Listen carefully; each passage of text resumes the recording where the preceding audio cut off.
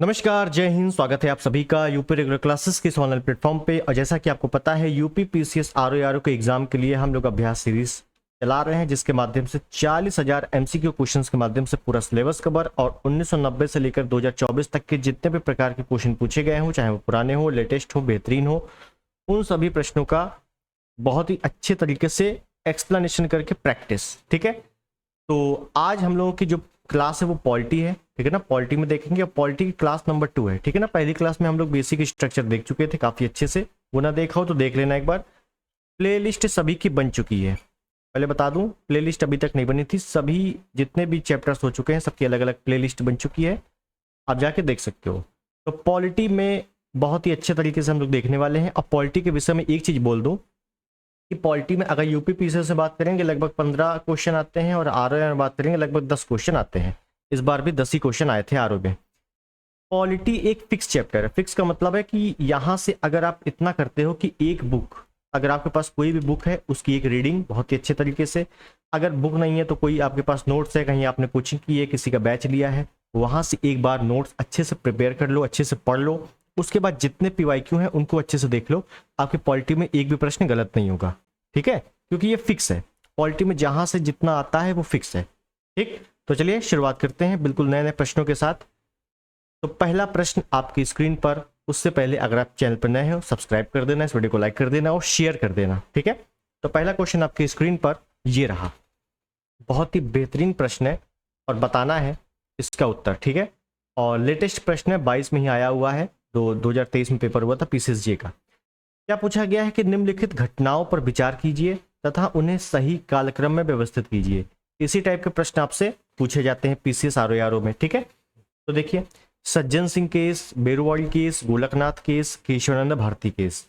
इन cases को सुनने के बाद अगर आपने पॉलिटी हल्की सी भी पढ़ी है तो एक चीज आपको याद आ जानी चाहिए। क्या है? प्रस्तावना। प्रस्तावना उद्देश्य का, कि प्रस्तावना में भी कई सारे केस आते हैं। ठीक है, जैसे अगर आपने पढ़ लिया अच्छी बात है, वरना मैं ओरली आपको बता देता हूं। एक केस आता है बेरुवाड़ीवाद। ठीक है ना, काफी फेमस केसेस हैं ये। बेरुवाड़ीवाद 1960 में। इसमें क्या होता है कि प्रस्तावना संविधान का अंग नहीं है। इसमें कहा जाता है, क्या कहा जाता है कि जो भैया प्रस्तावना है वो संविधान का अंग नहीं है, संविधान का अंग नहीं है। अब जब अंग नहीं है तो इसमें हम कोई भी संशोधन नहीं कर सकते, संशोधन नहीं कर सकते। ठीक है, समझिए, प्रस्तावना संविधान का अंग नहीं है और इसमें हम कोई भी चेंजमेंट या कोई भी संशोधन नहीं कर सकते हैं। बेरुवाड़ी केस में कहा गया, 1960 में ये केस आया था। ठीक है, उसके बाद एक केस आया 1967 के करीब। कौन सा केस था? गोलकनाथ केस। ठीक है ना, ऑप्शन सी वाला। इसमें क्या बोला गया कि भैया प्रस्तावना संविधान का अंग नहीं है, संशोधन नहीं करते, वो ठीक है, लेकिन संविधान की व्याख्या करते समय हम इसका सहारा ले सकते हैं। एक बहुत ही बेहतरीन तरीके से हम सहारा ले सकते हैं, बस इतना कहा है गोलकनाथ में। ठीक है, उसके बाद एक केस आता है केशवानंद। यही मेन केस है, केशवानंद कब आता है? 1973 में।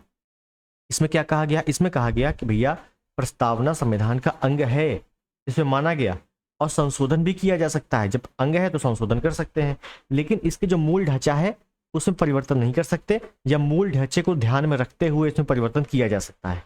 ऐसा इस केस में कहा गया। ये तीनों केसेस सिंपल हैं, बहुत ही बेसिक हैं। प्रस्तावना जब पढ़ोगे तो कोई भी आपको पढ़ा देगा। तो अब मिलान करना है तो बेरुवाड़ी 1960 में, गोलकनाथ 1967 में, और केशवानंद 1973 में। तो 60, 67, 73, 2, 3, 4 ये क्रम से लगे हुए हैं। मतलब 2 के बाद 3 आना चाहिए, 3 के बाद 4 आना चाहिए। सज्जन सिंह आपने बहुत ही रेयर है जो पढ़ा हो, वरना नहीं पढ़ा होगा कई लोगों ने, कोई दिक्कत नहीं है। बेरुवाड़ी पहले आएगा, फिर गोलकनाथ आएगा, फिर केशवानंद आएगा। 3 से हम बनाएंगे तो 2, 3, 4 क्रम से आना चाहिए। तो 2, 3, 4 ए वाला तो क्रम से है नहीं, हटा दो। 2, 3, 4 ये भी क्रम से नहीं है। 2, 3, 4 ये भी क्रम से नहीं है। क्रम से क्या है? केवल ऑप्शन डी, 2, 2 के बाद 3, 3 के बाद 4।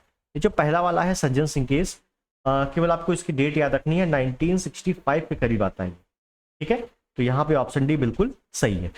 मैंने फिर बताया है कि पॉलिटी में आपको बेसिक पढ़ना है, लेकिन इस मतलब जो भी आप चीजें पढ़ें वो सटीक पढ़ें।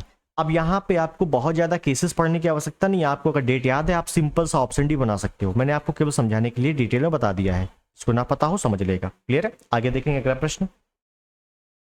भारतीय संघवाद को सहयोगी संघवाद निम्नलिखित में से किसने कहा है? भारतीय संघवाद को सहयोगी संघवाद किसने कहा है? तो ये वाला क्वेश्चन मैंने आपको शायद पॉलिटी की पहली क्लास में बताया था कि ये एक स्टेटमेंट वाला क्वेश्चन है और कई सारे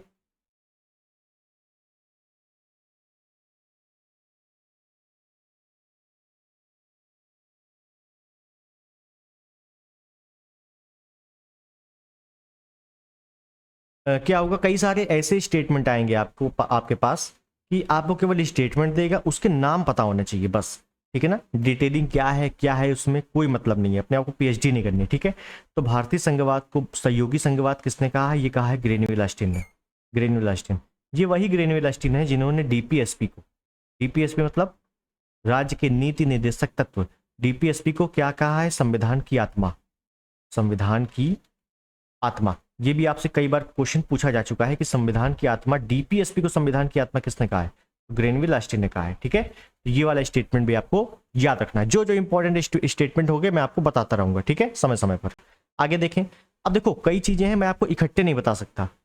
मैं चाहूं तो एक लिस्ट बना के स्टेटमेंट आपको बता दूं, लेकिन इकट्ठे देने से आप न पढ़ पाओगे और ना मैं सही बता पाऊंगा। ठीक है? तो बीच बीच में जहां जहां इंपॉर्टेंट आता जाएगा वहां वहां बताता रहूंगा, तो इससे आपको लास्ट में बर्डन नहीं होगा। क्लियर है? आगे देखिए अगला प्रश्न। भारत के संविधान की आधारभूत संरचना के सिद्धांत का तात्पर्य है कि, तो इसमें भी पूरा पढ़ना पड़ेगा अपने को, पढ़ते हैं आराम से और इसी टाइप के प्रश्न आपको देखने को मिलेंगे। तो पहला दिया है, देखो प्रश्न देखो पहले, भारत के संविधान की आधारभूत संरचना जो है उसके सिद्धांत का तात्पर्य क्या है? मूल अधिकारों को ना कम किया जा सकता है, ना ही उनको छीना जा सकता है, ये है क्या? उसके बाद है संविधान का संशोधन केवल अनुच्छेद 368 में निहित प्रक्रिया से ही किया जा सकता है। संविधान की उद्देशिका का संशोधन नहीं किया जा सकता क्योंकि वह संविधान का भाग नहीं है और साथ ही वह संविधान की आत्मा को प्रतिबिंबित करती है। और उसके बाद डी है, संविधान के कुछ लक्षण इतने अनिवार्य है कि उनका संशोधन नहीं किया जा सकता। तो आधारभूत संरचना का जो मतलब है ना, ऑप्शन डी ये बिल्कुल सही है। मैंने आपको जो प्रस्तावना बताई है कि प्रस्तावना क्या है, उसको उसमें चेंजमेंट नहीं कर सकता, उसके मूल अधिकार जो मूल ढांचा है उसको ध्यान में रखते हुए परिवर्तन कर सकते हैं, लेकिन उनका संशोधन पूरी तरीके से नहीं किया जा सकता। बस डी वाला उसी रूल पे लागू होता है। उसके बाद पहला देखो कि मूल अधिकारों को कम नहीं किया जा सकता। अब एलिमिनेट करके देखो। ठीक है? अगर आपको नहीं आ रहा है तो एलिमिनेट करो, कर देते हैं। पहला है कि मूल अधिकारों को ना कम किया जा सकता है, ना ही उनको छीना जा सकता है। तो देखिए, मूल अधिकारों को कम किया जा सकता है कब? जब आपातकाल लागू हो। ठीक है? आपातकाल के समय मूल अधिकारों को छीना जा सकता है। आर्टिकल, कुछ कंडीशन में आर्टिकल 19-20 छोड़कर, कुछ कंडीशन में 20-21 को छोड़कर सभी मूल अधिकार रद्द हो जाएंगे उस समय। जब आपातकाल आएगा तो मैं बता दूंगा। उसके बाद दूसरा है, संविधान का संशोधन केवल अनुच्छेद 368 के तहत किया जा सकता है, जो कि सरासर गलत है। क्यों? क्योंकि आर्टिकल 4 क्या कहता है? आर्टिकल 4 कहता है कि भैया आर्टिकल 2 और आर्टिकल 3 में अगर संशोधन करना है तो भैया आर्टिकल 4 के तहत होगा, और फिर जितने भी आर्टिकल संशोधन करने हैं तो 368 के तहत होंगे। समझिए, आर्टिकल 2 में क्या है? किसी भी विदेशी राज्य को या बाहरी राज्य को भारत में मिलाने की बात करता है। आर्टिकल 3 क्या है? कि भारत में जो राज्य हैं उनकी सीमा में परिवर्तन, नाम में परिवर्तन, नए राज्यों का गठन, ये सब करना है तो आर्टिकल 3 के तहत करना है। तो आर्टिकल 2 और आर्टिकल 3 में अगर संशोधन करना है तो आर्टिकल 4 के तहत होगा, ना कि आर्टिकल 368 के तहत। तो ये दूसरा वाला भी गलत है। तीसरा है, संविधान की उद्देशिका का संशोधन नहीं किया जा सकता। तो मैंने अभी बताया है कि जो लास्ट में केशवानंद भारती बनाम आया था उसमें क्या बोला गया कि भैया प्रस्तावना संविधान का अंग है और उसमें संशोधन भी किया जा सकता है, लेकिन मूल ढांचे को ध्यान में रखते हुए। और इसमें क्या कह रहा है? संशोधन नहीं किया जा सकता, तो ये भी गलत है। तो बचा क्या? Option D. तो इस प्रकार से अगर आपने डिटेल में पढ़ा है तो संशोधन जो डिटेलिंग वाली क्वेश्चन है आराम से बना सकते हो आप। ठीक है? चलिए आगे देखें। भारतीय संविधान के अनुसार निम्नलिखित में से कौन सर्वोच्च है? भारतीय संविधान के अनुसार सर्वोच्च कौन है? सिंपल सा क्वेश्चन है। तो भैया सबसे ऊपर कौन है? संविधान। संविधान। ठीक है? राष्ट्रपति है तो वो भी एक संविधान के दायरे में आता है। सुप्रीम कोर्ट भी संविधान के दायरे में आता है। प्रधानमंत्री, सभी कुछ क्या है? संविधान के दायरे में आते हैं। ठीक है? तो ऑप्शन डी बिल्कुल सही है। नेक्स्ट, भारतीय संविधान में कौन से भाग शांतिमय सामाजिक क्रांति के प्रति संविधान निर्माताओं की प्रतिबद्धता प्रदर्शित करते हैं। देखिए समझिए इसमें बोला क्या है। भारतीय संविधान के कौन से भाग शांति में सामाजिक क्रांति के प्रति संविधान निर्माताओं की प्रतिबद्धता प्रदर्शित करते हैं। मतलब जो भी हमारा संविधान कह रहा है वो लगभग लगभग सारी चीजें किस में कही जा रही हैं। अगर मैं प्रस्तावना की बात करूं, समझिए प्रस्तावना की बात करूं तो प्रस्तावना में क्या है, न्याय की बात की गई है, 3 प्रकार के न्याय की बात की गई है, सामाजिक, आर्थिक, राजनीतिक न्याय। ठीक है, इसी प्रस्तावना में आपके 5 प्रकार के स्वतंत्रता की बात की गई है, 5 प्रकार की स्वतंत्रता, जिसमें विचार, अभिव्यक्ति, विश्वास, धर्म, उपासना। ठीक है, इसी संविधान में इसी प्रस्तावना में आपके प्रतिष्ठा की भी बात की गई है। और जहां अगर हम मूल अधिकार की बात आते हैं, मूल अधिकार, तो मूल अधिकार में भी तो स्वतंत्रता बोली गई है। स्वतंत्रता का अधिकार, मौलिक अधिकार कितने, टोटल 6 है, तो दूसरे नंबर में क्या है, स्वतंत्रता का अधिकार, आर्टिकल 19 से 22, उसमें भी स्वतंत्रता बात की गई है। नीति निर्देशक तत्व में क्या है, न्याय की बात की गई है, आर्टिकल 38 में। आर्टिकल 38 में क्या बोला गया है, सामाजिक, आर्थिक, राजनीतिक न्याय की तो बात करता है। इस वजह से ये तीनों आपके सही हैं, उपयुक्त तीनों। ठीक है, तो ऑप्शन डी वाला आपका बिल्कुल सही है। क्लियर है। और ये सभी क्वेश्चन आपको घटना चक्र में शायद ना मिले। ठीक, चलिए आगे देखें। राष्ट्रीय पंचांग कब स्वीकार किया गया था, बेसिक क्वेश्चन है, स्टैटिक वाला क्वेश्चन है, सबको पता होगा। 22 मार्च, कब, डेट ना पता हो तो पता कर लो, 22 मार्च 1957 को। और भारत का जो राष्ट्रीय पंचांग है ये कहां से लिया गया है, तो ये शक संवत पर आधारित है, शक संवत पर आधारित है। ठीक है, शक संवत पर आधारित है, ये पूछा गया प्रश्न है, ध्यान रखना है। नेक्स्ट, निम्नलिखित उद्देश्यों में से कौन सा एक भारत के संविधान की प्रस्तावना में वर्णित नहीं है। बहुत ही बेहतरीन क्वेश्चन है। क्या कि भैया कौन सा ऐसा उद्देश्य है जिसमें प्रस्तावना में वर्णित ही नहीं है। तो प्रस्तावना में क्या क्या चीजें हैं यही देख लें हम लोग। तो प्रस्तावना में पहले तो मैंने बताया था न्याय, न्याय कितने प्रकार का, 3 प्रकार का। फिर बताया था स्वतंत्रता, स्वतंत्रता कितने प्रकार की, 5 प्रकार। फिर बताई थी प्रतिष्ठा, प्रतिष्ठा कितने प्रकार का, 2 प्रकार की। जैसे न्याय की बात करें तो न्याय कौन कौन से, सामाजिक, आर्थिक, राजनैतिक, ये 3 प्रकार के न्याय हैं, राजनैतिक। स्वतंत्रता की बात कर लेंगे तो मैं स्वतंत्रता की बात यहां कर लेता हूं, कौन कौन से, विचार, अभिव्यक्ति, विश्वास, धर्म, उपासना। ये क्या है, ये 5 प्रकार की स्वतंत्रता है, इनको नोट करना है। और प्रतिष्ठा की अगर बात कर लेंगे तो प्रतिष्ठा मैंने लिख दिया था, समानता की बात करेंगे ना, प्रतिष्ठा तो मिल ही रही है। कितने प्रकार की समानता की बात होगी, 2 प्रकार की। कौन कौन सी, एक प्रतिष्ठा की समानता और एक अवसर की समानता, अवसर जो अवसर मिलता है ना बराबर तरीके से, वो। अब इतने प्रकार की बात की गई है मोटे मोटे तौर पर, तो प्रस्ताव में कौन वर्णित नहीं है। आप स्वतंत्रता देखिए ऑप्शन बी में, ऑप्शन बी में क्या लिखा है, आर्थिक स्वतंत्रता। तो भैया कहीं भी आर्थिक स्वतंत्रता की बात की गई है, विचार, अभिव्यक्ति, विश्वास, धर्म, उपासना।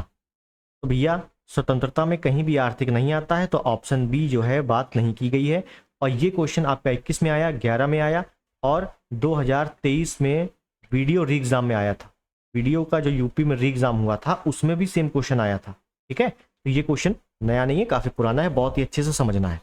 ठीक है, आगे देखेंगे अगला, और जो जो एक्स्ट्रा फैक्ट है उनको थोड़ा ध्यान देते रहना। नेक्स्ट, निम्नलिखित मामलों में से किसमें भारत के सर्वोच्च न्यायालय ने प्रस्तावना को भारतीय संविधान का भाग नहीं बताया है। ठीक है, अगला क्वेश्चन है, देखिए। तो प्रस्तावना में मैंने 3 केसेस बताए प्रॉपरली, सज्जन नहीं बताया, 3 केसेस बताए, क्या, बेरुवाड़ीवाद, गोलकनाथ और केशवानंद भारती। बेरुवाड़ीवाद में क्या बोला गया कि भैया प्रस्तावना संविधान का अंग नहीं है, इसमें चेंजमेंट नहीं कर सकते। गोलकनाथ में भैया प्रस्तावना संविधान का अंग नहीं है, इसमें चेंजमेंट नहीं कर सकते, लेकिन व्याख्या करते समय हम सहारा ले सकते हैं। इसमें क्या बोला, तो भैया इसमें बोल दिया गया प्रस्तावना संविधान का अंग है, प्रॉपर अंग है। एक आया था एसआर बोम्मईवाद, अगर आपने पढ़ा हो, एसआर बोम्मईवाद आया था 1993 के करीब आया था। इसमें भी संविधान को प्रस्तावना को संविधान का अंग माना गया है। ठीक है, ध्यान रखना है, एसआर बोम्मईवाद में। तो क्या बोला गया है, न्यायालय ने प्रस्तावना को संविधान का भाग नहीं बताया है, तो बेरुवाड़ीवाद में नहीं बताया था, ऑप्शन बी। 1960 में क्या बोला था, भैया प्रस्तावना संविधान का भाग नहीं है, इसमें चेंजमेंट नहीं हो सकता, बस दैट्स इट। क्लियर है? तो इस वजह से ऑप्शन बी यहां पर सही होगा। नेक्स्ट, संविधान के प्रस्तावना का विधिक स्वरूप क्या है? तो सिंपल क्वेश्चन है, अगर आपने नॉर्मली प्रस्तावना पढ़ा है तो सिंपल है कि भैया लागू नहीं किया जा सकता है प्रस्तावना। ठीक है, तो ये इसका विधिक स्वरूप है, लागू नहीं किया जा सकता। नेक्स्ट, इस वर्ष भारत के संविधान के प्रस्तावना में 2 शब्द समाजवादी एवं पंथ निरपेक्ष जोड़े गए थे। ठीक है, तो प्रस्तावना में अगर बात करूं तो प्रस्तावना में केवल एक बार संशोधन हुआ है। एक बार क्या हुआ है? संशोधन। उस संशोधन में हुआ क्या था? अच्छा, हुआ क्या था? तो 42वां संविधान संशोधन हुआ था 1976 में, और इस संशोधन में क्या हुआ था? 3 नए शब्द जोड़े गए थे। 3 शब्द जोड़े गए थे, पता होगा, बेसिक सा क्वेश्चन है। कौन कौन से शब्द थे? समाजवाद, पंथ निरपेक्ष, अखंडता। अब ये जो शब्द जोड़े गए हैं इनका क्रम याद रखना है, पहले समाजवाद आएगा, फिर पंथ निरपेक्ष आएगा, फिर अखंडता आएगा। ठीक है, तो अगर पूछा जाए वर्तमान में कितने शब्द हो गए हैं संविधान प्रस्तावना में, तो पहले थे 85, 3 जोड़ दिए गए, अब हो गए हैं 88 शब्द। कितने शब्द हैं? 88 शब्द हैं। तो अगर आपसे नंबर पूछता है तो बता देना है 88 शब्द है। क्लियर है? तो कब जोड़े गए थे? 1976 में जोड़े गए थे। Option is the right. Clear? चलो नेक्स्ट, भारत के संविधान में संबंधित निम्नलिखित कथनों पर विचार कीजिए। ठीक है, कर देते हैं विचार। देखिए, तो देखिए, अगर आपको आ रहा है चारों तो पढ़ो, नहीं तो एलिमिनेट करो। ठीक है, तो पहले देखते हैं। पहला स्टेटमेंट क्या है कि संपूर्ण शक्ति का मूलभूत स्रोत जनता है। बिल्कुल सही है, बिल्कुल सही जवाब है। सिंपल सा क्वेश्चन है कि भैया जनता ही सब कुछ तय करती है, कौन प्रधानमंत्री बनेगा, कौन क्या बनेगा, जनता के वोट से तय होता है। तो सबसे पावरफुल जो की है भारत में वो है जनता। तो ए तो बिल्कुल सही है, ए रहना चाहिए। अब पूछ रहा है कौन सही है, तो ए बिल्कुल सही है। ए इसमें नहीं है, डी वाले में, तो डी हटा दो, तुरंत एलिमिनेट करो। उसके बाद है भारतीय संघ राज्यों की कृति है। लोग संविधान के अंतर्गत सामाजिक, आर्थिक, राजनीतिक न्याय का उपभोग करते हैं। अभी मैंने बताया है कि 3 प्रकार के न्याय की बात करता है संविधान, जो कि सामाजिक, आर्थिक और राजनीतिक न्याय है, जो कि बिल्कुल सही है। तीसरा होगा सही है, तो ए वाले में तीसरा नहीं दिया, तुरंत एलिमिनेट करो। उसके बाद है संविधान सब लोगों को प्रतिष्ठा, अवसर की समानता के लिए आश्वस्त करता है। और मैंने अभी बताया है कि भैया 2 प्रकार की समानता की बात करता है, एक है प्रतिष्ठा और एक है अवसर। अभी बताया आपको पिछले क्वेश्चन में, तो ये भी आपका बिल्कुल सही है।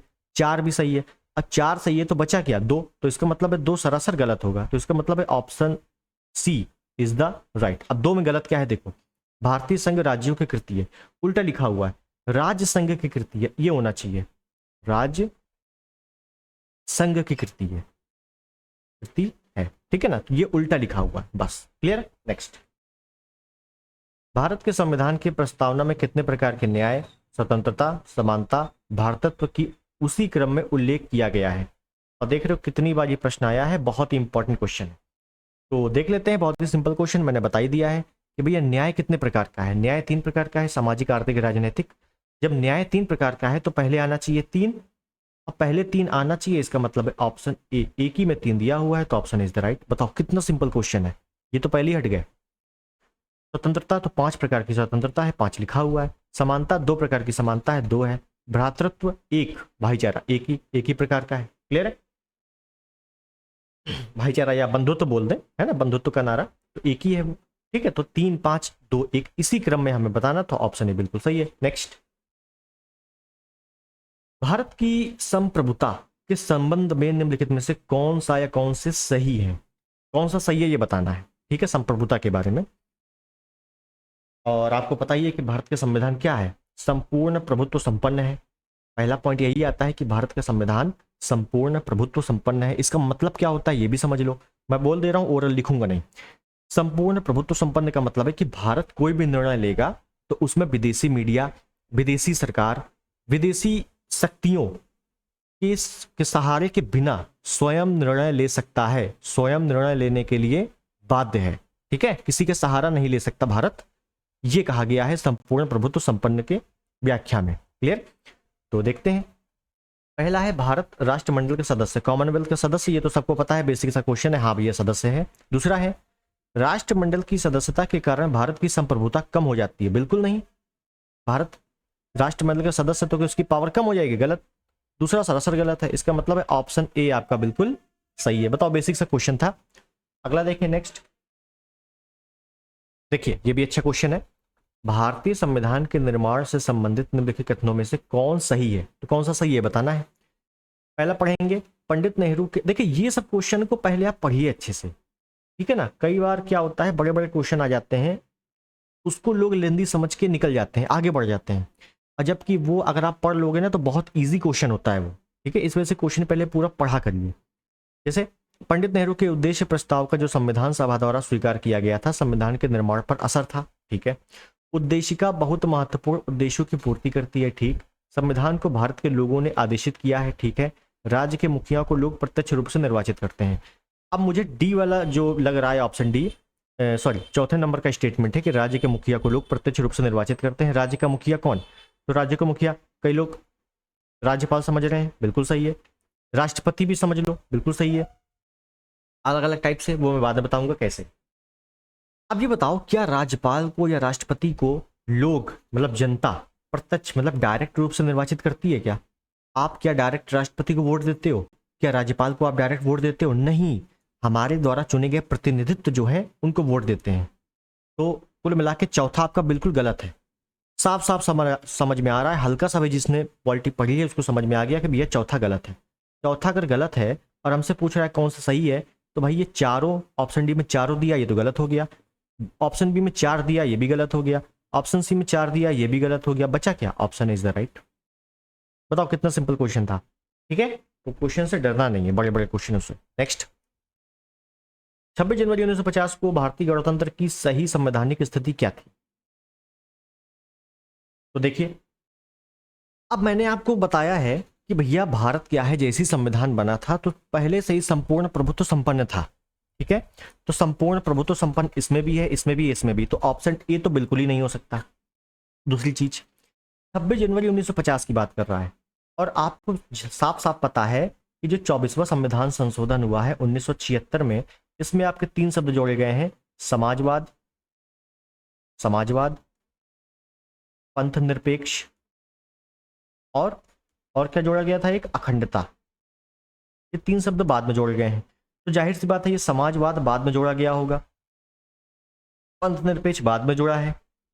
कब जुड़ा है? 1976 में। लेकिन प्रश्न में क्या कह रहा है? 1950 की बात कर रहा है, तो डी नहीं हो सकता। उसके बाद ऑप्शन बी में देखो, पंथ निरपेक्ष की बात कर रहा है जो कि 1976 में जुड़ा है, लेकिन क्वेश्चन में 1950 की बात कर रहा है, तो सी नहीं हो सकता। बचा क्या? Option B. Option B is the right. बताइए कितना सिंपल क्वेश्चन है, क्लियर है। नेक्स्ट, भारत के संविधान की उद्देशिका में निम्नलिखित शब्दावली जिस अनुक्रम में दी गई है वह है, मतलब हमें सही क्रम के अनुसार ही बताना है कौन सा क्रम सही है। और जैसा कि मैंने बताया था, जो भी पढ़ना है क्रम से ही पढ़ना है। सबसे पहले मैंने बताया था संपूर्ण प्रभुत्व संपन्न पहले नंबर पे है, तो ये तो ठीक है, कोई दिक्कत नहीं। इसमें भी है, इसमें नहीं है, हटा दो, ठीक है। उसके बाद मैंने बताया था समाजवाद, पंथ निरपेक्ष, अखंडता। ये क्रम से पढ़ना है आपको। 1976 में जो शब्द जोड़े गए हैं, समाजवाद, पंथ निरपेक्ष, अखंडता। तो समाजवाद, समाजवाद ये लिखा हुआ है, पंथ निरपेक्ष पहले है, तो ये क्रम से नहीं, हटा दो। समाजवाद और पंथ निरपेक्ष किसमें है? ऑप्शन है समाजवाद, पंथ निरपेक्ष, ऑप्शन ए बिल्कुल सही है। और ये क्रम आपको याद रखना है, संपूर्ण प्रभुत्व संपन्न, समाजवाद, पंथ निरपेक्ष, लोकतंत्रात्मक गणराज्य है, ठीक है। तो ऑप्शन ए बिल्कुल सही है। नेक्स्ट, निम्नलिखित में से किस वाद में उच्चतम न्यायालय ने धारणा प्रस्तुत की कि उद्देश्य का संविधान का भाग है? उद्देश्य का संविधान का भाग है, ये किस में बोला गया है? और मैंने आपको एक चीज बताई है, बहुत सारे केसेस आते हैं प्रस्तावना में, तो उसमें से एक केस बताया, बेरुवाड़ी, सज्जन सिंह, केशवानंद भारती, गोलकनाथ बनाम पंजाब राज्य, ये बताया, ठीक है। अब मैंने आपको एक अभी कुछ क्वेश्चन पहले बताया था कि एसआर बोम्मई वाद दिखाता है। एसआर बोम्मई, इसमें क्या बोला गया है? इसमें बोला गया है कि जो उद्देश्य का है संविधान का अंग है, ठीक है। तो यहाँ पे ऑप्शन सी बिल्कुल सही है। इसकी जो डेट है 1993 है ना, एक बार चेक कर लेना इसकी डेट, लगभग लगभग यही डेट है 1993, क्लियर। तो ऑप्शन सी यहाँ पर बिल्कुल सही है। नेक्स्ट, भारत के संविधान में उद्देशिका का विचार लिया गया है। उद्देशिका मतलब प्रस्तावना, तो प्रस्तावना का विचार कहाँ से लिया गया है ये पूछा गया है। तो इसमें दो चीजें हैं, एक प्रस्तावना का विचार या अवधारणा, दूसरा प्रस्तावना की भाषा, ये कहाँ से ली गई है। तो ध्यान रखना, जब भी अवधारणा की बात आएगी तो आप यूएसए करोगे कि प्रस्तावना की अवधारणा कहाँ से ली गई है, यूएसए से ली गई है, ठीक है। उसके बाद अगर आता है कि भाषा कहाँ से ली गई है तो आप करोगे ऑस्ट्रेलिया। ये थोड़े से अच्छे क्वेश्चन है कि प्रस्तावना की भाषा ली गई है ऑस्ट्रेलिया से, अवधारणा या विचार लिया गया है यूएसए से। तो यहाँ पे ऑप्शन डी वाला बिल्कुल सही हो जाएगा क्योंकि विचार की बात कर रहा है। क्लियर है। नेक्स्ट, भारतीय संविधान का कौन सा भाग संविधान की आत्मा कहलाता है। तो भारतीय संविधान का ऐसा कौन सा भाग है जिसको हम संविधान की आत्मा कहते हैं, और कौन कहता है ये भी समझो, ठीक है। देखिए, संविधान की आत्मा, मूल अधिकार को संविधान की आत्मा नहीं कहा गया है, लेकिन मूल अधिकार में जो संवैधानिक उपचारों की बात होती है ना, जो कि आर्टिकल 32 करता है, आर्टिकल 32 इसको कहा गया है। तो अगर आपसे पूछता है कि आर्टिकल 32 को संविधान की आत्मा किसने कहा है, तो आप करोगे B R Ambedkar, B R Ambedkar, ठीक है। लेकिन जब आपसे क्वेश्चन पूछेगा आर्टिकल 32 को, तब करोगे। टीपीएसपी को संविधान की आत्मा किसने कहा है, तो ग्रेनविल ऑस्टिन ने कहा है, ग्रेनविल ऑस्टिन। अभी मैंने आपको बताया था कुछ क्वेश्चन पहले। लेकिन यहाँ पूछा गया है भारतीय संविधान का कौन सा भाग संविधान की आत्मा कहलाता है। तो संविधान की आत्मा डायरेक्टली किसको बोलते हैं, उद्देशिका को बोलते हैं। जब आपसे नाम लेके पूछेगा कि डीपीएसपी को किसने कहा है, तब आप ये बताओगे। जब आपसे नाम लेके पूछेगा कि आर्टिकल 32 को किसने कहा है, तब ये बताओगे। लेकिन आपसे ऐसे ही जनरली कोई पूछ ले कि भैया संविधान की आत्मा किसको कहते हैं, तो आप करोगे उद्देशिका। क्या करोगे, उद्देशिका। और संविधान की आत्मा, उद्देशिका को संविधान की आत्मा किसने कहा है, तो ठाकुरदास भार्गव, ठाकुरदास भार्गव और एम हिदायतुल्लाह, एम हिदायतुल्लाह, ठीक है। तो ये दो लोगों ने उद्देशिका को संविधान की आत्मा कहा है, ध्यान रखना है नाम, ठीक है। चलो आगे, निम्नलिखित कथनों पर विचार कीजिए, ठीक है, कर देते हैं विचार। तो पहला स्टेटमेंट है, भारत एक लोकतांत्रिक राज्य व्यवस्था है। बिल्कुल सही है, लोकतंत्र है। भारत एक संप्रभुता संपन्न राज्य है, ये तो मैंने पहले बताया कि संपूर्ण प्रभुत्व संपन्न है। भारत में लोकतांत्रिक समाज है, बिल्कुल सही है, लोकतांत्रिक समाज है। भारत एक कल्याणकारी राज्य है, डीपीएसपी में साफ साफ लिखा हुआ है कल्याणकारी राज्य है। तो चारों सही है इसमें, तो option D is the right, ठीक है। सिंपल क्वेश्चन था। नेक्स्ट, भारत के संदर्भ में निम्नलिखित में से धर्मनिरपेक्ष शब्द का सही भाव व्यक्त करता है। जो धर्मनिरपेक्ष बोला गया है वो किस लिए बोला गया है, भारत के अनेक धर्म है, इस वजह से भारतीयों को धार्मिक स्वतंत्रता प्राप्त है, इस वजह से धर्मानुपालन व्यक्ति की इच्छा पर निर्भर करता है, इस वजह से भारत में राज्य का कोई धर्म नहीं है। तो ध्यान रखना है कि राज्यों का कोई धर्म नहीं है, इस वजह से धर्मनिरपेक्ष बोला गया है। Option D is the right, ठीक है। अब बाकी धार्मिक स्वतंत्रता की बात मूल अधिकारों में अलग से है। क्लियर। नेक्स्ट, भारतीय संविधान की प्रस्तावना में जिन आदर्शों एवं उद्देश्यों की रूपरेखा दी गई है उनकी आगे व्याख्या की गई है। बहुत ही बेहतरीन क्वेश्चन है। मतलब भारतीय प्रस्तावना में जो भी बातें की गई हैं उनका व्याख्या कहाँ दी गई है, ये सिंपल सा पूछा गया है। कि प्रस्तावना में जैसे हमको न्याय की बात दी गई है, 3 प्रकार के न्याय, लेकिन इनकी व्याख्या कहाँ पे है। जो हमें स्वतंत्रता की बात दी गई है 5 प्रकार की, लेकिन इनकी व्याख्या कहाँ पे है, ठीक है ना। तो ये इस प्रकार की है। तो जैसे अगर मैं न्याय की बात करूँ तो न्याय आपका आर्टिकल 38 में काफ़ी विस्तार से बताया गया है, और आर्टिकल 38 आपका डीपीएसपी में है, जो कि ये रहा। स्वतंत्रता की बात 5 प्रकार की गई है, और स्वतंत्रता आपका आर्टिकल 19 से 22 में भी है, जो कि मौलिक अधिकार है या मूल अधिकार है, जो कि ये रहा। और मूल कर्तव्यों में भी कई सारी बातें प्रस्तावना के बारे में बताई गई हैं। तो ऑप्शन सी बिल्कुल यहाँ पर सही। ओवरऑल प्रस्तावना में जो भी बातें हैं उसका जो डिटेलिंग वर्जन है वो मूल अधिकार, डीपीएसपी और मौलिक कर्तव्य में मौजूद है। क्लियर। नेक्स्ट, हाँ, अगर आप चैनल पर नए हो तो भैया सब्सक्राइब कर दें, इस वीडियो को लाइक कर दें और शेयर कर दें। क्लियर है। और वीडियो को पसंद आ रहा हो तो भैया कमेंट करके बताइए, हाँ ठीक है, स्लो चलिए, तेज चलिए, क्वेश्चन और कम थोड़ा सा बता सकते हो आप। क्लियर। चलिए देखें आगे। निम्नलिखित में से कौन सा एक भारतीय संविधान का दर्शन नहीं है। तो देखिए इसमें क्या है कि दर्शन नहीं है, तो भैया साम्यवादी राज्य नहीं, इसमें क्या होता है, इसमें सब कुछ जो भी होता है चीज़ें, जैसे कुल मिला के ये समझो प्राइवेटाइजेशन, ठीक है। कुछ भी होता है तो वो जनता के हाथों में होता है, जो कि ऐसा नहीं है, जनता के हाथों में तो नहीं है सब चीज़ें। इस वजह से जनता के हाथों का मतलब है कि जैसे मतलब खदानें हैं तो कुछ सरकारी भी है ना, इस वजह से साम्यवादी नहीं है। और साम्यवादी का अर्थ मैं आपको डिटेल में समझाऊंगा जब मैं इकोनॉमिक्स की क्लास लूंगा, क्लियर है। तो अभी आपको समझना है कि यस, भारत में साम्यवादी नहीं है, कल्याणकारी राज्य है, जो कि डीपीएससी में बताता है समाजवादी है और राजनीतिक है, क्लियर। नेक्स्ट, भारत के सर्वोच्च न्यायालय ने संविधान के आधारभूत ढांचे के सिद्धांत को स्पष्ट किया है। तो बताइए, अभी मैंने आपको बताया है कि आधारभूत ढांचे का सिद्धांत कौन स्पष्ट कर रहा है, केशवानंद। क्या बोला गया केशवानंद केस में? इस केस में बोला गया कि भैया प्रस्तावना जो है वो संविधान का भाग है, इसमें चेंजमेंट भी कर सकते हैं लेकिन मूल ढांचे में परिवर्तन नहीं कर सकते। तो मूल ढांचा या आधारभूत ढांचे की बात कौन कर रहा है? केशवानंद भारती। इस वजह से ऑप्शन भी यहां पर सही है। नेक्स्ट, निम्नलिखित में से कौन सी शब्दावली भारत के संविधान में उल्लिखित नहीं है? देखिए, संविधान में क्या है, बहुत सारे ऐसे शब्द हैं जो संविधान में उल्लिखित नहीं है लेकिन हम लोग उसको जनरली यूज जरूर करते हैं। जैसे एक शब्द है शून्यकाल। शून्यकाल कोई भी संवैधानिक शब्द नहीं है लेकिन ये क्या है, मीडिया द्वारा दिया गया शब्द है लेकिन हम लोग यूज करते हैं। बजट, बजट क्या है, बजट का कहीं उल्लेख नहीं है लेकिन हम लोग यूज करते हैं। अच्छा, बजट का उल्लेख नहीं है तो बजट की तरीके किसका उल्लेख किया गया है बजट की जगह पे? वार्षिक वित्तीय विवरण, ऑप्शन ए। ऑप्शन ए का उल्लेख किया गया है लेकिन प्रश्न क्या पूछा है, उल्लेख नहीं है। तो ऑप्शन सी, बजट का कहीं भी उल्लेख नहीं है। और वार्षिक वित्तीय विवरण या अपनी भाषा में बोले तो बजट का विवरण आर्टिकल 112 में है, ठीक है, याद रखना है। नेक्स्ट, भारतीय संविधान के निम्नलिखित अनुच्छेदों में से कौन सा समान नागरिक संहिता के संबंधित है? तो यूसीसी, यूनिफॉर्म सिविल कोड। तो यूनिफॉर्म सिविल कोड के बारे में किसमें बताया गया है? आर्टिकल 44 में बताया गया है। और आर्टिकल 4 में बताया गया, इसका मतलब है ये डीपीएसपी में है, मतलब राज्य के नीति निर्देशक तत्वों में इसका उल्लेख है, डीपीएसपी, क्लियर।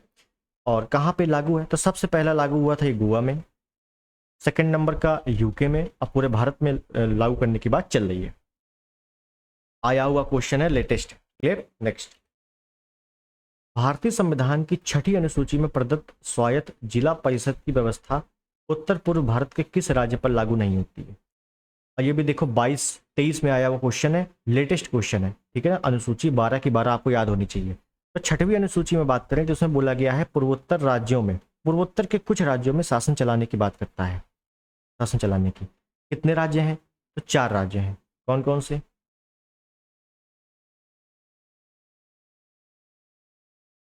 असम, मेघालय, मिजोरम, त्रिपुरा। तो अनुसूची 6 में या छठी अनुसूची में केवल 4 राज्यों के बारे में उल्लेख किया गया है, असम, मेघालय, मिजोरम, त्रिपुरा। असम, मेघालय, मिजोरम, त्रिपुरा, मतलब नागालैंड नहीं है, तो option C is the right. Next, भारतीय संविधान के किस अनुच्छेद से उच्चतम न्यायालय ने जीविका का आधार, निजता का अधिकार, सम्मान का अधिकार एवं सुनवाई का अधिकार निकाले हैं? तो ये भी सिंपल क्वेश्चन है, लेटेस्ट क्वेश्चन है, आया हुआ है। तो यहीं से आप समझ सकते हो जीविका अधिकार, जीविका का अधिकार या जीवन जीने का अधिकार किस में है? आर्टिकल 21 में ही है। तो option B is the right, ठीक है, सिंपल क्वेश्चन था। और 19 में विचार एवं अभिव्यक्ति की स्वतंत्रता है, ठीक है। नेक्स्ट, निम्नलिखित में से कौन सा भारत के संविधान का भाग विषय सही सुमेलित नहीं है? तो कौन से भाग जो है सही सुमेलित नहीं है, कौन से भाग में कौन सा क्या क्या बातें लिखी हुई हैं ये बताना है, ये भी लेटेस्ट है, ठीक है। देखते हैं, पहले तो इसमें आपको रोमन अंक आने चाहिए, है ना, ये लिखा हुआ क्या क्या लिखा है। जैसे ये भाग 3 है, ये भाग 4 है, ये भाग 5 है, ये भाग 2 है। तो देख लेते हैं कौन सा सही है। तो हमें ये बताइए, क्या भाग 3 में मौलिक अधिकार है? बिल्कुल सही, भाग 3 में मौलिक अधिकारों की बात करता है, आर्टिकल 12 से 35। क्या भाग 4 में राज्य की नीति निर्देशक तत्व है? डीपीएसपी में बिल्कुल सही है, आर्टिकल 36 से 51। क्या भाग 5 में मौलिक कर्तव्य है? बिल्कुल नहीं, मौलिक कर्तव्य आपका भाग 4A में है, 4 का में।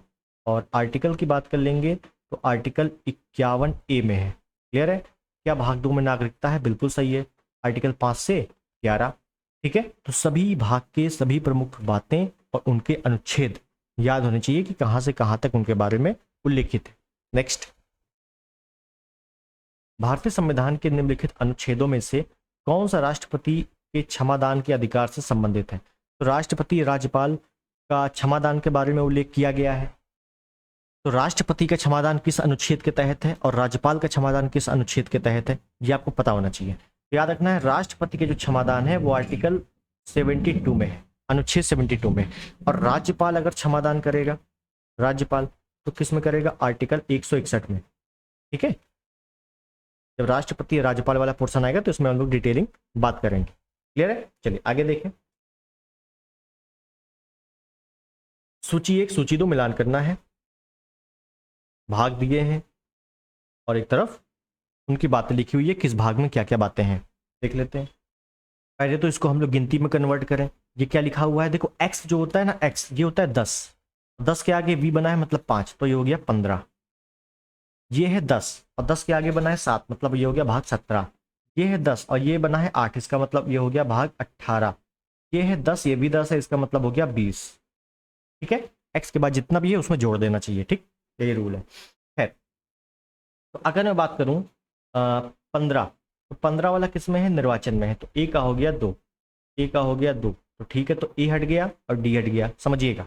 उसके बाद है 17, 17 में क्या दिया हुआ है? राजभाषा, तो बी का हो गया 1, बी का हो गया 1, तो मतलब ऑप्शन सी वाला बिल्कुल सही है। ठीक है, उसके बाद 18 वाला मतलब सी वाला, तो सी वाला 18 आपातकाल की बात करता है और 20 में संविधान संशोधन की बात करता है। ठीक है, आपको बहुत अच्छे तरीके से ये चीज़ें याद रहनी चाहिए। आपातकाल आपको पता है आर्टिकल 352, 356 और 360 में है। संविधान संशोधन आपका आर्टिकल 368 में है। निर्वाचन आपका 324 में है और राजभाषा आपका 343 के करीब इसकी बात हुई है। क्लियर है? तो ऑप्शन यहाँ पर बिल्कुल सही है और लेटेस्ट क्वेश्चन है, 23 में आया हुआ है, पिछले साल। Next, SR. बोम्मई केस में 9 न्यायाधीशों की पीठ द्वारा निम्नलिखित में से किस अनुच्छेद की न्यायिक समीक्षा की गई है? तो देखिए, ये उस टाइम का करंट का क्वेश्चन था, ये 2019।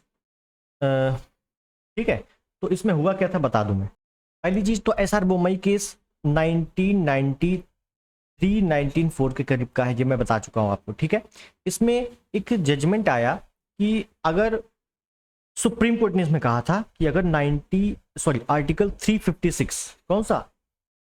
आर्टिकल 356 के तहत यदि कोई केंद्र सरकार चुनी हुई सरकार को बर्खास्त करती है, तो जो सरकार होगी बर्खास्त करने के कारणों की सुप्रीम कोर्ट मतलब समीक्षा कर सकती है। जो सुप्रीम कोर्ट होगा, क्यों सरकार बर्खास्त हुई, इसकी समीक्षा कर सकती है। पहले ऐसा नहीं था, लेकिन बाद में ऐसा हुआ। कब? आर्टिकल 356 के तहत 1993 और 94 के जजमेंट के अनुसार। क्लियर है?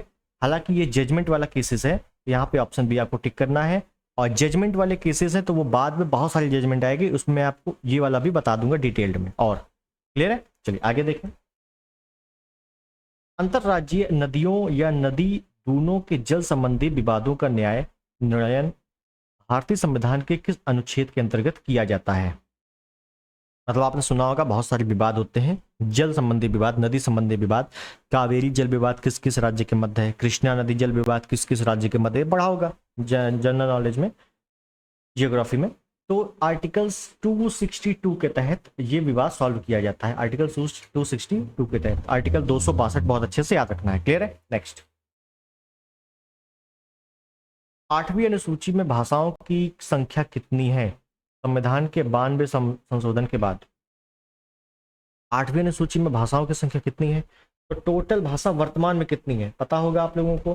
टोटल भाषा वर्तमान में देखा जाए 22 भाषाएं। कितनी है? 22। मूल संविधान में देखा जाए तो ये भाषाएं कितनी थी?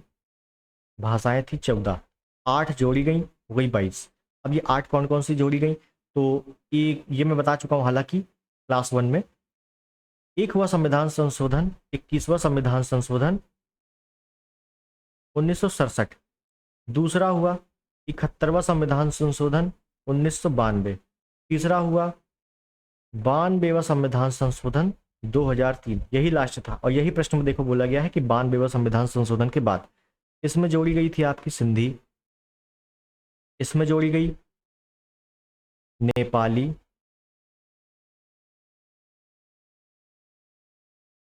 सॉरी नेपाली, कोंकणी, मणिपुरी।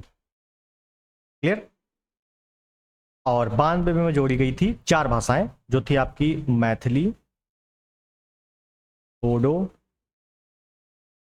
डोंगरी और संथाली। ठीक है, तो ये भाषाएं आपकी जोड़ी गई। तो यहाँ पे ऑप्शन सी बिल्कुल टिक करना है। और कौन सी भाषा किस संविधान संशोधन के तहत जोड़ी गई ये भी आपको याद रखना है। क्लियर है। चलिए आगे देखें। देखिए इसमें क्या बोला गया है, सामूहिक उत्तरदायित्व के सिद्धांत का प्रतिपादन भारतीय संविधान के किस अनुच्छेद में संहिताबद्ध किया गया है। तो कुल मिला के सामूहिक उत्तरदायित्व किस में बोला गया है। अगर मैं आर्टिकल 75 की बात करता हूं तो इसमें क्या है, ये प्रधानमंत्री की नियुक्ति के बारे में है। प्रधानमंत्री की नियुक्ति के बारे में आर्टिकल 75 में है। और आर्टिकल 75(3) में क्या बोला गया है कि जो केंद्र की मंत्रिपरिषद होगी वो सामूहिक रूप से लोकसभा के प्रति उत्तरदायी होगी। क्या बोला गया इसमें कि मंत्रिपरिषद, कौन सी, केंद्र की मंत्रिपरिषद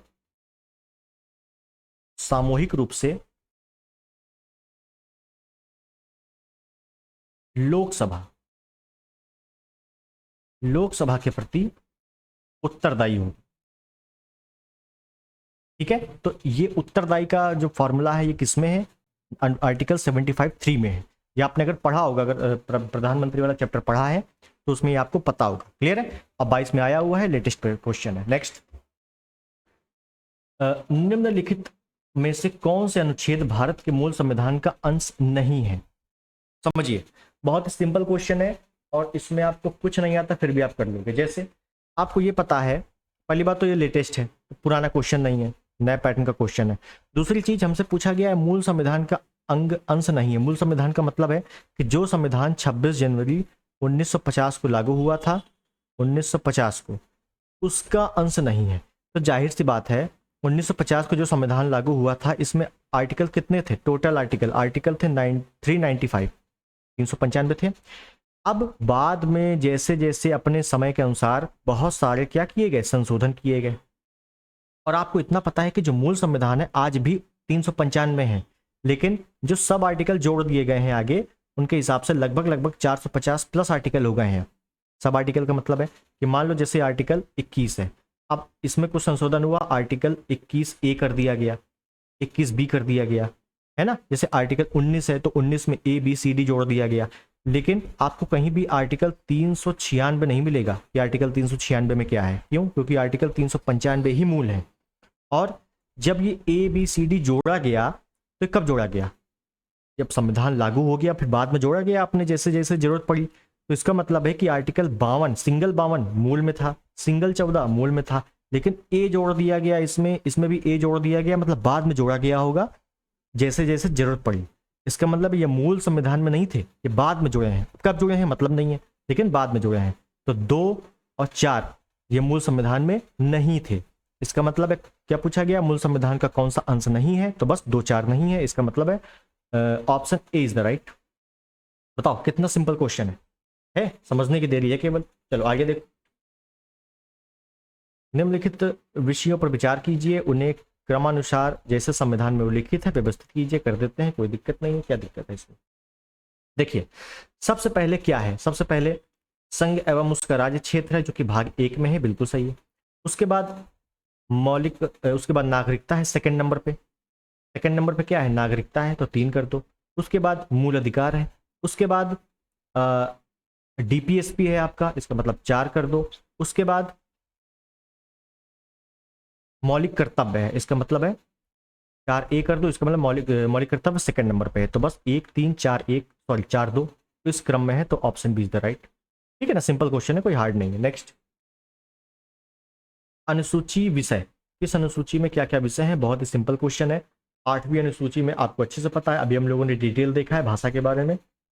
डी का हो गया 3 और डी का जैसे ही 3 हुआ option C is the right, क्योंकि ऑप्शन सी में ही केवल डी में 3 लिखा हुआ है। बताओ कितना सिंपल क्वेश्चन है। अब मैं कहता ही हूँ कि 90% चांसेस है इस टाइप के क्वेश्चन में कि आपका आंसर सही ही होना है। क्लियर? चलिए नेक्स्ट। भारतीय संविधान का कौन सा अनुच्छेद देवनागरी लिपि में दिल्ली को संघ की राजभाषा के रूप में मान्यता देता है? तो राजभाषा के विषय में किस में बताया गया है? आर्टिकल 343 में बताया गया है। ठीक है, तो हिंदी को संघ की राजभाषा के रूप में मान्यता दी गई है आर्टिकल 343 के तहत। क्लियर? नेक्स्ट। भारतीय संविधान का 371 कुछ भारतीय राज्यों के लिए विशेष प्रावधान करता है, नीचे दिए हुए राज्यों में से कौन इस अनुच्छेद के अंतर्गत नहीं आता? देखिए हुआ क्या है कि आर्टिकल 371 में कुछ राज्यों के लिए विशेष प्रावधान किया गया है।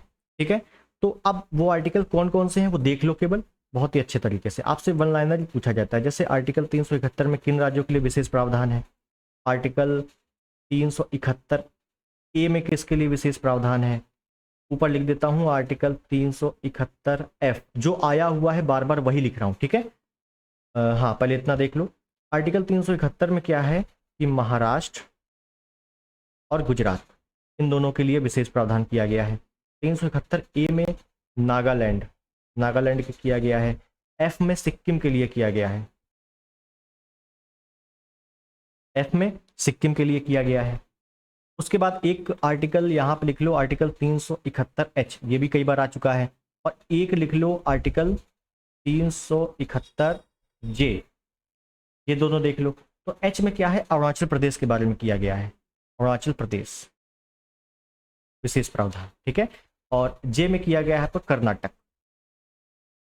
हालांकि बहुत सारे हैं लेकिन जो इंपॉर्टेंट है वही बता रहा हूं। ठीक है, अगर ये कितने 2 2 4 2 5 सॉरी 2 2 4 1 5 5 371 आर्टिकल 371 के तहत जिसमें जिसमें विशेष प्रावधान किए गए हैं, इन 5 राज्यों को बहुत अच्छे से याद कर लेना है। क्लियर है? 371 में 2 हैं, महाराष्ट्र गुजरात, बस वही पूछा गया है आर्टिकल 371, तो बस महाराष्ट्र गुजरात, इसका मतलब है ऑप्शन सी आपका सही है, क्योंकि केरल का उल्लेख कहीं नहीं है। क्लियर? नेक्स्ट। 1993 में निम्नलिखित में से कौन सी भाषा 8वीं अनुसूची में सम्मिलित नहीं की गई थी? सम्मिलित नहीं की गई थी, यह पूछा गया है। ठीक है, बताते हैं, कोई दिक्कत नहीं है। अब देखिए हुआ क्या है इसमें। पहली चीज है कि ये आर ओ 21 में आया हुआ है, लेटेस्ट क्वेश्चन है। ठीक है ना, तो इसको हम इंपॉर्टेंट लेंगे। अब 1993 की बात कर रहा है तो हमें भाषा के बारे में जानकारी होनी चाहिए कि 92वां संविधान संशोधन 2003, ये मैंने बताया है कि अंतिम रूप से जोड़ी गई थी 4 भाषाएं, जैसे मैथिली, डोंगरी, बोडो, संथाली, ये सब। ठीक है, तो अब हम ओवरऑल देखेंगे कि जो 8 भाषाएं जोड़ी गई थी कौन नहीं थी। तो मैथिली थी, बोडो भी थी, संथाली भी थी, डोंगरी भी थी। चारों भाषाएं थी। जी आप बुक में भी पढ़ोगे तो भी आपको चारों मिलेंगी, और मैंने जो आपको कराया है 2 बार उसमें भी आपको चारों कराई हैं। लेकिन इस पे यूपीपीएससी उत्तर प्रदेश लोक सेवा आयोग ने जो उत्तर माना है वो ऑप्शन बी माना है, संथाली। अब ये किस बेसिस पर माना है ये कोई नहीं जानता। ठीक है, लेकिन यहाँ पे ऑप्शन बी माना गया है। तो अगर देखो ये 19 में भी आया हुआ क्वेश्चन है, 21 में भी आया हुआ है, अगर 24 में दिख जाता है तो संथाली टिक कर देना अगर याद रहता है तो, वरना ये क्वेश्चन भैया कंट्रोवर्सी के हैं, वरना बुक में भी वही लिखा हुआ है, मैं भी आपको ये बता रहा हूँ, आपने पढ़ा भी होगा। ठीक है, तो इसलिए अब यूपीपीएससी आयोग को ये क्वेश्चन डिलीट कर देना चाहिए, लेकिन इस पर बी मान लिया गया है तो क्या कर सकते हैं। क्लियर? थोड़ा सा कंट्रोवर्सी वाला है, देख लेना। नेक्स्ट। भारत के संविधान के भाग इतने में निम्नलिखित क्षेत्र की स्थानीय स्वशासन की इकाइयों को संवैधानिक आधार प्रदान किया है। ठीक है, ये क्या लिखा है? 9A। अब भाग 9 की बात करूं, केवल भाग 9 की, तो इसमें क्या है भाग 9 में? तो भाग 9 में आपका पंचायती राज के बारे में है, पंचायती राज। और भाग 9A में क्या है? नगर पालिका के बारे में है, नगर पालिका के बारे में है। ठीक है, तो बस नगर पालिका की बात कर रहा है, तो नगर पालिका क्षेत्र की स्थानीय स्वशासन की इकाइयों को संवैधानिक आधार देता है, ग्रामीण शहरी दोनों या दोनों नहीं। तो ध्यान देना है, नगर पालिका ग्रामीण में नहीं देता है, केवल शहरी में देता है जो संवैधानिक आधार है। यहाँ पर केवल आपका ऑप्शन बी सही हो जाएगा। ठीक है, इसका एक आधार ये भी मान लो कि कस्बे में या ग्रामीण क्षेत्र में क्या होता है, नगर पालिका परिषद होती है, ना कि नगर पालिका। नगर पालिका किस में होता है, शहरी क्षेत्र में होता है। ठीक है, तो ये भी आपको ध्यान रखना है, ऑप्शन बी केवल यहाँ पर सही है। और देखो आया हुआ है लेटेस्ट मेंस में। नेक्स्ट, संविधान के निम्नलिखित अनुच्छेदों में से किसके अंतर्गत संसद दोनों सदनों की संयुक्त अधिवेशन बुलाता है। तो संयुक्त अधिवेशन कब बुलाया जाता है, आर्टिकल 108 के तहत बुलाया जाता है संयुक्त अधिवेशन, या संयुक्त बैठक। संयुक्त बैठक कौन बुलाता है, राष्ट्रपति बुलाता है। क्यों बुलाता है, जब किसी विधेयक पर दोनों सदनों में तकरार हो जाती है या सहमति नहीं बनती, तब जो है संयुक्त अधिवेशन बुलाया जाता है। अध्यक्षता कौन करता है, अध्यक्षता तो लोकसभा अध्यक्ष या स्पीकर, डायरेक्ट बोल दो स्पीकर करता है। ठीक है, प्रावधान कहां से लिया गया है, ये प्रावधान कहां से लिया गया है, तो ये लिया गया है ऑस्ट्रेलिया से। संयुक्त अधिवेशन का प्रावधान कहां से लिया गया है, ऑस्ट्रेलिया से। क्लियर है, बहुत अच्छे से ध्यान रखना है। लेकिन बुलाता कौन है, राष्ट्रपति बुलाता है। ठीक, चल नेक्स्ट अगला देखेंगे, तो यहाँ पे ऑप्शन बी वाला बिल्कुल सही है। भारत के संविधान के अनुच्छेद 300 के अनुसार भारत की सरकार की कानूनी नाम है। भारत की सरकार का कानूनी नाम क्या है, आर्टिकल 300 के अनुसार the union of India. The union of India, ठीक है ना, बेसिक क्वेश्चन है, पढ़ाई होगा, the union of India. Next, निम्नलिखित में से कौन सा अनुच्छेद भारत के राष्ट्रपति द्वारा वित्त आयोग की नियुक्ति से संबंधित है। भारत का राष्ट्रपति वित्त आयोग की नियुक्ति करता है आर्टिकल 280 के तहत, और वित्त आयोग की नियुक्ति प्रत्येक या प्रति 5 वर्ष में की जाती है। प्रति 5 वर्ष कौन करता है, राष्ट्रपति करता है। ठीक है ना, सिंपल क्वेश्चन है, ध्यान रखना है। नेक्स्ट, भारतीय संविधान के 6ठी अनुसूची के प्रावधान किस राज्य पर लागू होते हैं। 6ठी अनुसूची, और मैंने अभी आपको बताया है कि 6वीं अनुसूची में क्या है, पूर्वोत्तर 4 राज्यों में शासन चलाने की बात की गई है। 6ठी अनुसूची में 4 राज्य कौन कौन से हैं, असम,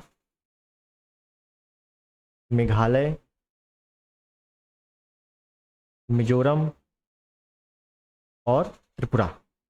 4 राज्य हैं, तो क्या दिया हुआ है, ऑप्शन सी किस पे लागू होता है, तो ऑप्शन सी त्रिपुरा दिया हुआ है, त्रिपुरा पे लागू होता है। क्लियर है, सिंपल क्वेश्चन था और लेटेस्ट भी था। ठीक है, तो अगला देखें।